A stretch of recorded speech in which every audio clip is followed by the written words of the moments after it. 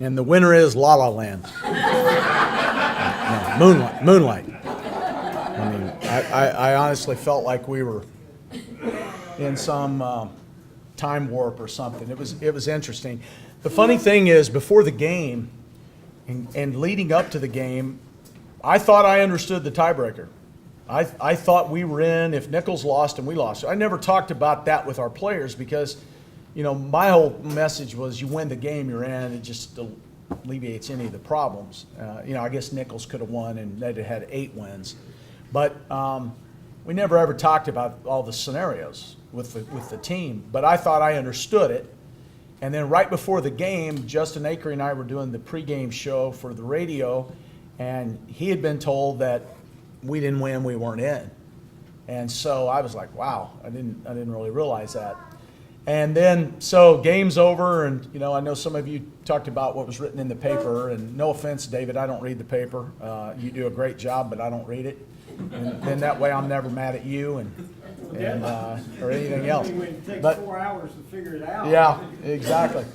But I know Steve wrote the article, and I'm kind of, you know, saying my goodbyes to the seniors and all that stuff, and the locker room was kind of that way, and, you know, I was already planning the off season, and the guys coming back when we would meet and all this different stuff. And then we're riding home, and Matt comes and taps me on the shoulder, and he says, Coach, right?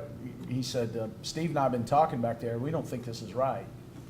And so we started looking into it more, and then obviously they got a hold of Dr. Teague and then the commissioner. So it was, I'm glad we were on that side of the coin. I really feel bad for Nichols. I really do. I'm glad we get to go, but man, I can't even imagine, you know, you're celebrating and you're getting film ready and you're getting all your plans, and all of a sudden you're just told, no, sorry about that. So it's unfortunate for them, an opportunity for us. And we're looking forward to play again. And I will say this, the guys, I think I found out more about our guys in the way this came down than anything else.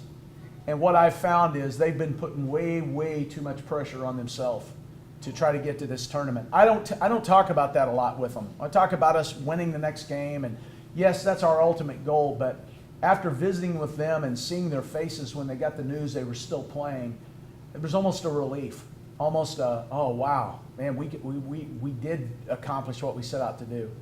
And I will tell you this, our ultimate goal this year we accomplished, which was to get to Katy.